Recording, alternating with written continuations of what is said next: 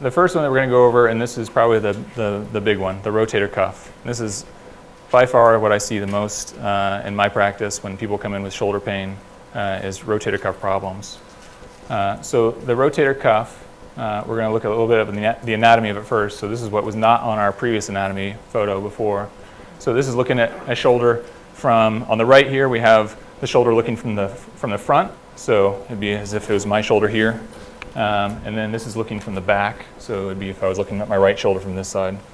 So the rotator cuff is actually just 4 muscles, and they start on the shoulder blade, and they have these large, broad origins here, and then they all come together and they converge over the ball of the ball and socket joint, and they form the cuff. So that's what the cuff is. It's just a cuff of tissue that surrounds that ball of the ball and socket. It's made up of 4 different muscles, as I mentioned. They're called the supraspinatus, the infraspinatus, the subscapularis, and the teres minor. And they all have different functions. So they all help you move your shoulder in different ways and contribute to different motions. When those muscles pull, they help move your arm. So they help pull it away from your body. They help pull it forward. And then they also help rotate the arm in different directions. So that's one of their main functions. The other main function, which is harder to illustrate here, but it actually helps stabilize that ball and socket joint. So just like we talked about, it's a very shallow socket. And so you can imagine that ball can move over in lots of different directions, but when those muscles pull, they help pull it into the socket, and they actually help center that ball in the socket and maintain it there. And so when you have problems with your rotator cuff, you can actually have problems with that ball staying in the socket. So, and we'll kind of get into that a little bit as well. So when we talk about rotator cuff problems, I really like to think of it as a spectrum of disease because it starts off at varying degrees and it can get to varying severities. So on one end of the spectrum, we have what we kind of lump together in a broad term we call impingement. These tendons and muscles can tend to get pinched underneath the shoulder blade here. So you can imagine when that arm raises up, things can get pinched under there, and you do that repetitively and do it over and over and over again, and those things get irritated. So that's why we call this impingement. And there are other types of impingement as well, but whenever we say that, we mean that those tissues are getting caught or stuck or compressed in certain areas, and when that happens repeatedly, it can cause problems. So we talk about things like bursitis, which you may have heard of. So a bursa is a thin sac of fluid that sits, we have them all over our body, but you do have one in the shoulder in particular that sits right over the rotator cuff. And so that bursa can get irritated and impinged and get inflamed. So anytime you see a word with itis on the end, that means inflammation, which just means increased blood flow, pain, swelling. So you can have inflammation of that. You can also have what we call tendinosis, or a degeneration of the tendons. So the tendons, you can somewhat think of them like a rubber band. So they have a little bit of stretch to them. They're pretty firm, but they have some give. But just like a rubber band, if you stretch it over and over and over again, it will wear out over time. And so that's what tendinosis is. It's wearing out of those tendons over time. And then finally, you can also get tendinitis. So another itis, so this is inflammation of the tendon itself. And that can cause pain and weakness and dysfunction. These can also then progress onto rotator cuff tears. And when we think about tears, we think about them, we classify them in a few different ways, but the 2 big classifications that are probably most important are whether or not it's a partial thickness or a full thickness tear. So a partial thickness tear, you can think of it like a fraying rope. So the rope is still attached, but it's starting to unwind a little bit, and it's not quite as strong as it was before. With a full thickness tear, that rope is completely pulled off. So that's where the tendon completely pulls away from the bone and is completely detached. And that's a little more serious and usually causes more problems. And then finally, we can develop what's called rotator cuff arthropathy. So arthropathy just means a disease of the joint. And in this disease, the problem is that the rotator cuff has torn completely. Or a good majority of those tendons have torn off. And because of that, like we mentioned, the ball can't stay centered on the socket.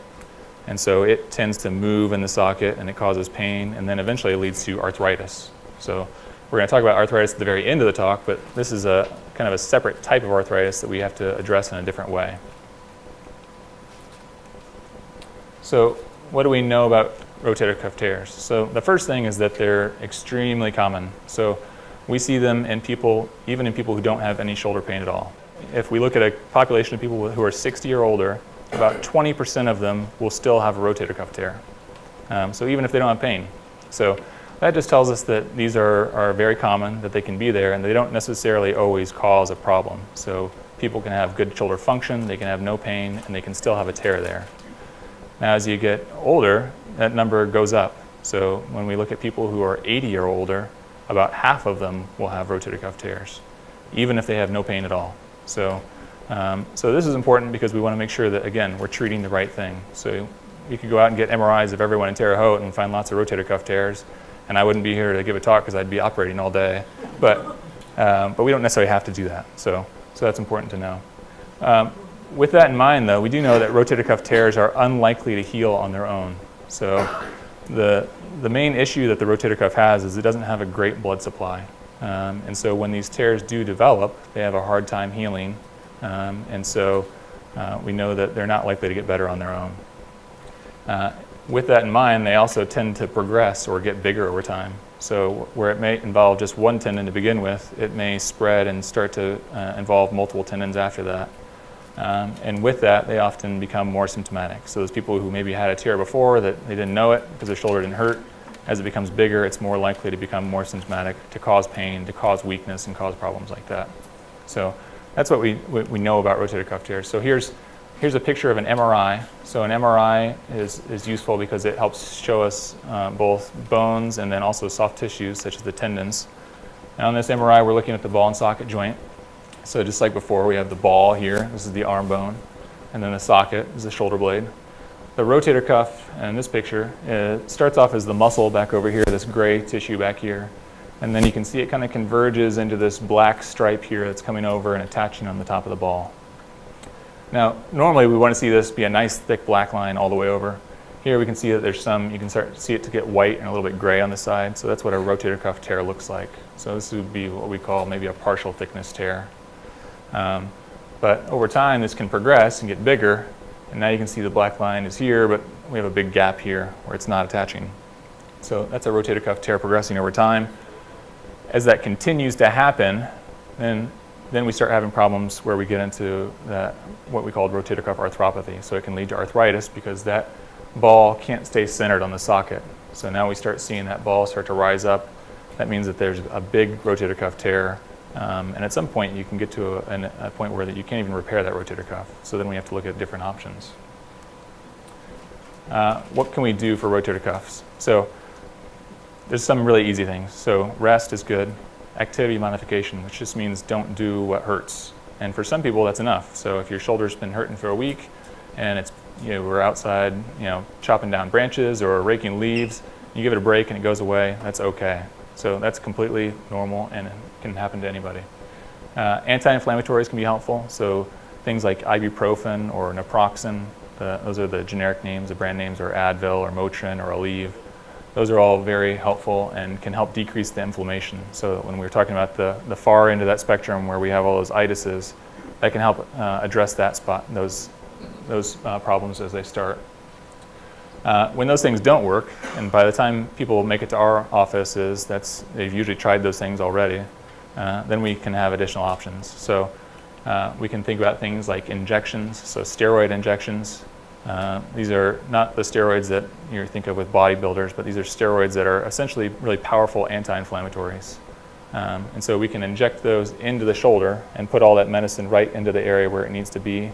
And that can be a lot more powerful than taking a pill. It also doesn't put medicine through your whole body. So, and then also physical therapy can be extremely helpful. So we talked about all the muscles of the rotator cuff. Well, you didn't even mention all the other muscles around the shoulder. So there are 20 plus muscles that attach all around the shoulder, and those all contribute to the function of the shoulder. And so physical therapy can be really helpful.